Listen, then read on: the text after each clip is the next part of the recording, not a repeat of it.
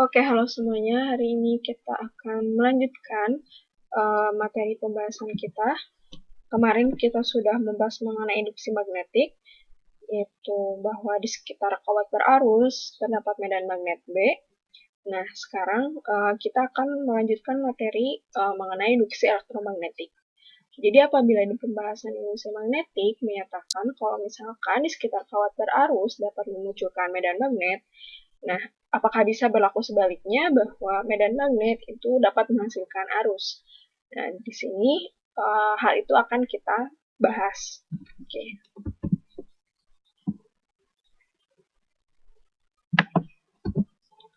Di bab induksi elektromagnetik ini ada beberapa pembahasan yang akan kita pelajari. Oke, yang pertama itu ada tentang flux magnet. Yang kedua ada hukum Faraday. Yang ketiga ada induksi elektromagnet. Kemudian ada hukum Lenz.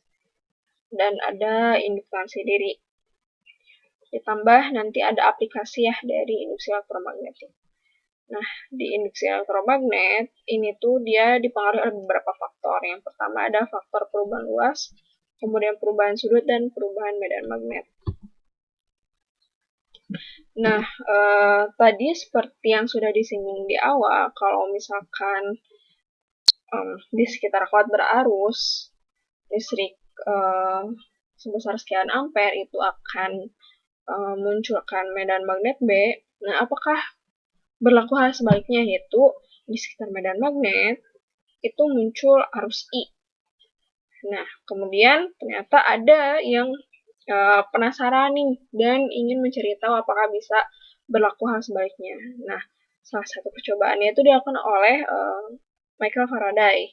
Dari sini, Faraday dia melakukan percobaan dengan menggunakan kumparan. Nah, yang mana magnet di sini, magnet itu digerakkan memasuki kumparan seperti itu. Nah, ketika magnet masuk kumparan, maka jarum galvanometer kan alat yang bisa mendeteksi adanya keberadaan arus. Nah, ketika si magnetnya ini dia dimasukkan ke dalam kumparan, maka si jarum galvanometernya akan menyimpang. Otomatis berarti di situ galvanometer mendeteksi arus kan ya. Nah, ketika si magnetnya juga dikeluarkan dari kumparan atau dari solenoida, si jarum galvanometer juga menunjukkan adanya penyimpangan. Nah, ternyata dari percobaan Michael Faraday ini dapat disimpulkan kalau misalkan perubahan flux magnet itu akan menimbulkan arus listrik. Nah, jadi bagaimana bisa flux magnet atau perubahan garis-garis gaya magnet itu menimbulkan arus listrik? Nah, itulah yang akan kita bahas di bab ini. Jadi kalau misalkan kita simulasikan nih teman-teman, misalkan di sini kita punya magnet batang, di sini ada kumparan, bisa kita ganti si bola lampunya dengan voltase atau ukur tegangan.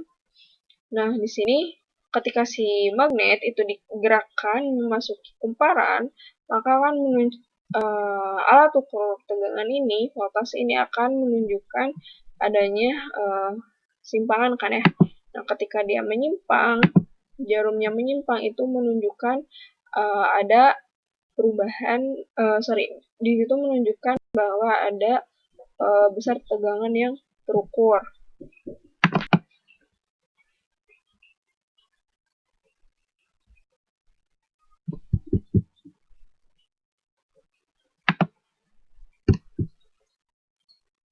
Oke, bisa kita lihat kalau misalkan si magnetnya itu digerakkan keluar masuk, maka di situ akan timbul arus kan ya, yang mana arus ini akan mengalir dan menyalakan bola lampu. Jadi di sini menunjukkan kalau misalkan arus akan mengalir di kumparan, ketika kita menggerakkan medan magnet itu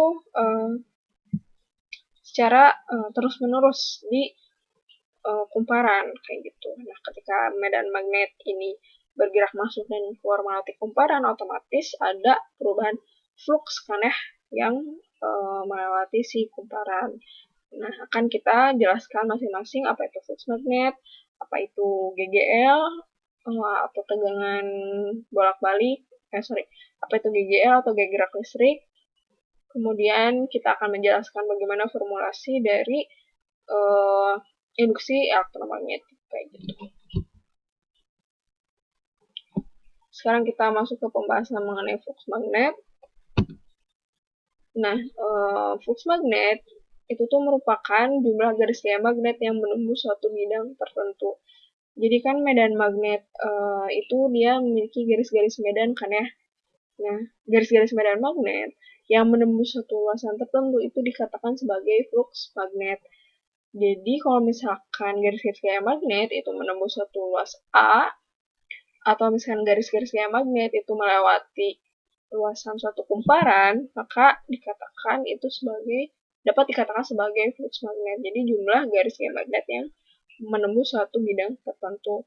Nah, jumlah flux magnet ini dia sebanding dengan medan magnet B, dan dia juga sebanding dengan luas bidang A.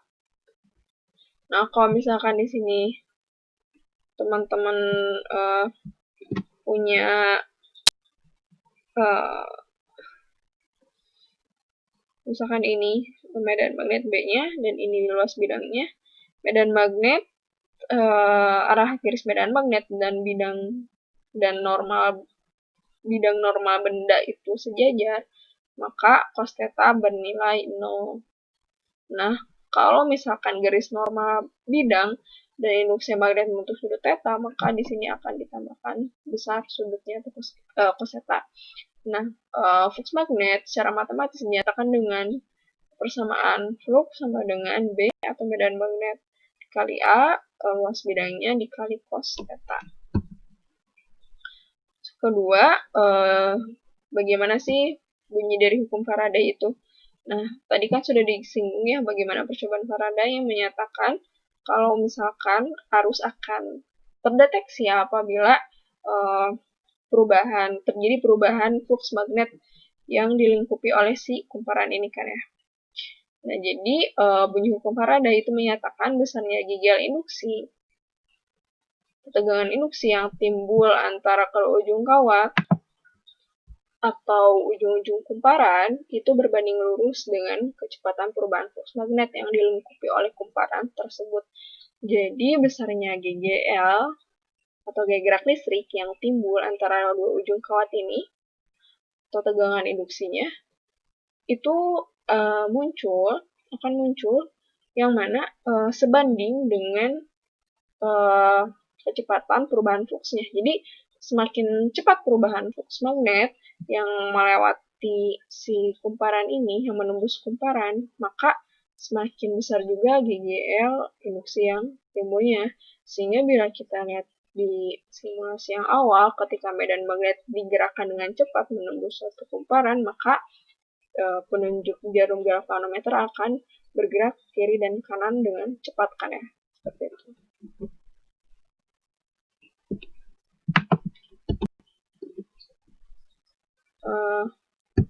Misalkan di sini kita punya kita simulasikan di sini kita punya ukur tegangan dan medan magnet Nah, ketika magnetnya dilewati dalam kumparan, itu jarum dari voltase atau ukur tegangannya dia akan menunjukkan simpangan kan ya.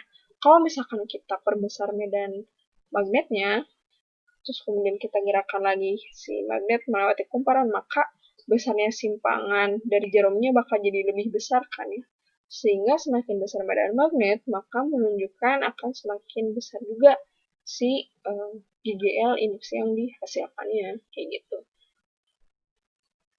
Atau kita tambah lilitan nih, jadi makin besar juga kan ya simpangannya, berarti menunjukkan GGL-nya juga makin besar, kayak gitu.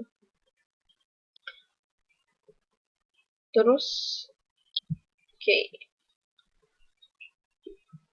Jadi, di sini dapat dikatakan perubahan flux magnet. Flux itu kan bergantung pada medan B, luas A, dan sudut kan ya. Jadi, apabila B-nya itu berubah semakin besar atau luas kumparannya semakin besar dan jumlah kumparannya bertambah banyak, maka besarnya GGL induksi juga akan semakin besar. Oleh karena itu, di sini kalau misalkan kita tulis urutannya, maka perubahan flux magnet itu akan memunculkan GGL atau gaya gerak listrik, dan dari GGL itu akan memunculkan arus induksi, kayak gitu. Di mana flux magnet itu adalah jumlah garis medan magnet yang menembus suatu luasan. Jadi ketika jumlah garis medan magnet yang menembus suatu luasan ini berubah terhadap waktunya, maka akan memunculkan GGL kan ya, atau gaya gerak listrik. Nah, GGL ini yang akan menghasilkan arus induksi, yaitu arus yang melewati kumparan, arus yang dideteksi oleh si galvanometer. Nah, formulasi secara matematisnya dari percobaan Faraday atau formulasi matematis dari hukum Faraday itu bisa kita jelaskan di sini. Kan dikatakan sebelumnya kalau misalkan induksi elektromagnetik itu dihasilkan dari perubahan jumlah flux magnet yang dilingkupi oleh kumparan setiap waktunya kan ya. Perubahan setiap waktunya dari flux magnet. Nah, bila dinyatakan secara matematis, itu bisa dinyatakan seperti ini. Di mana epsilon ini menyatakan GGL, atau gaya gerak listrik yang timbul akibat induksi. Kemudian N adalah jumlah kumparan, D flux per dt. Jadi, ini sesuai kan ya dengan pernyataan dari hukum Faraday kalau misalkan GGL induksi ini itu sebanding dengan laju perubahan fluxnya kan ya. Jadi kalau misalkan laju perubahannya semakin besar, otomatis si GGL-nya semakin besar. Dari simulasi yang kita lakukan sebelumnya, kalau misalkan medan B-nya semakin besar, otomatis GGL-nya juga semakin besar. Kalau luasnya diperbesar, GGL-nya juga semakin besar. Kalau kumparannya kita tambah, maka GGL-nya juga akan semakin besar. Jadi, beberapa faktor yang mempengaruhi induksi elektromagnetik itu ada medan B, kemudian ada luas kumparan atau luas penampangnya, itu A, dan juga nanti akan kita bahas bahwa sudut juga akan mempengaruhi besarnya GGL, si tetanya, kayak gitu. Pembahasan untuk induksi elektromagnetik bisa mungkin saya cukupkan sekian. Terima kasih untuk teman-teman semua. Selamat belajar.